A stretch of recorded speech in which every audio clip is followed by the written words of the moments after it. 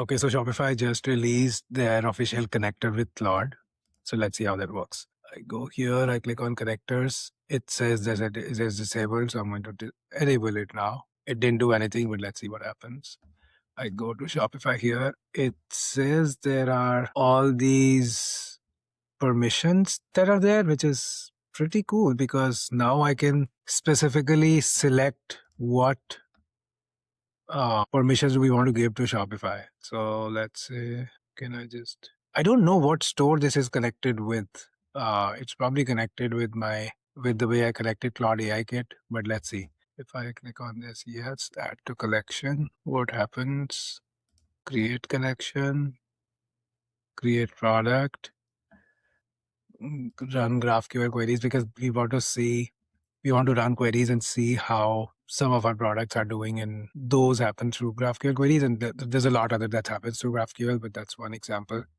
Let's see. I just want to see if I am able to use this or not. Let's add which Shopify store are you? It wants to use a get shop info. It will be interesting if there's no get shop permission, but let's see. Get. So I don't think it has access, so let's see. We have to give it access for it to even figure out what to do. Let's see. Okay, good. It is going to connect with my Shopify store. So I have several test stores. So let's just see if I connect with the AZ Multi. Very, very cool. So I can see that it is trying to install the Shopify Connector app. And if I click on install, so Shopify Connector app is pretty much similar to what we did when we were doing the connection with AI Kit and Claude. So it's a custom app that it is creating, which it now created. It's showing that name of the store is this, domain is this, email is this, plan is this, Connected. Okay, great. How many products? Okay, it is always running through this query that I have to click on always allow, which is nice. Because seasonal release, you have 422 products. Okay, can you add test in title? So these are the queries that we would usually run manually. Super.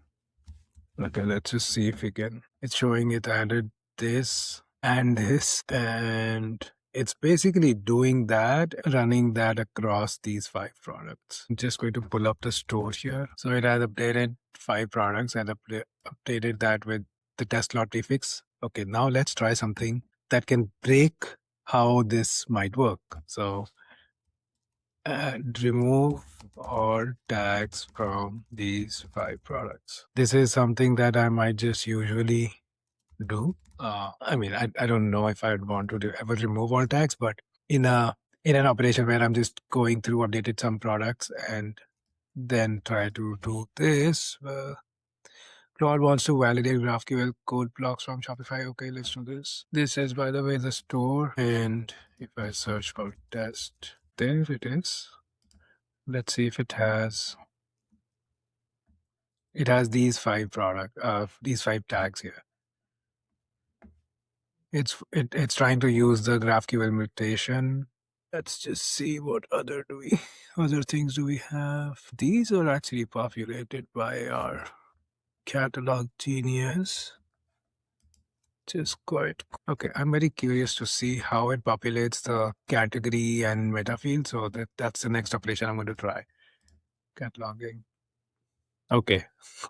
It is trying to figure out how to do this first. It doesn't know. Wow, that's all tags removed, verified empty on all 5.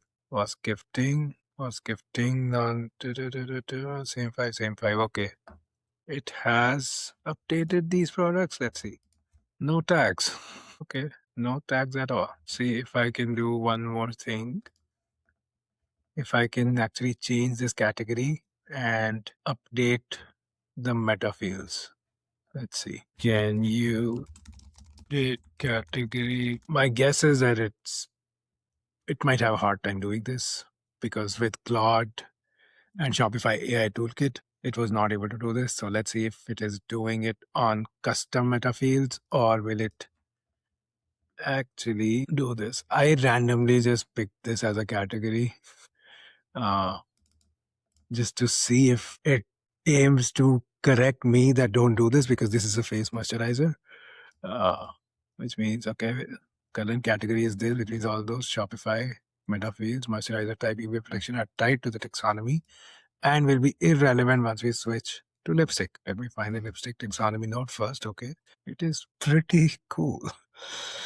This is, so for context, so this is what the Shopify taxonomy looks like. If I search for lipstick here, that's the ID that it just located. Category updated, now deleting the 20 Shopify category metafields that were tied to moisturizer. The new category is this, metafields. 20 face moisturizer tied are deleted. The two global are untouched. Lipstick category has its own attribute set. Go ahead. I think this collection makes so many SEO apps very hard to survive now because this is able to accurately map to the right fields.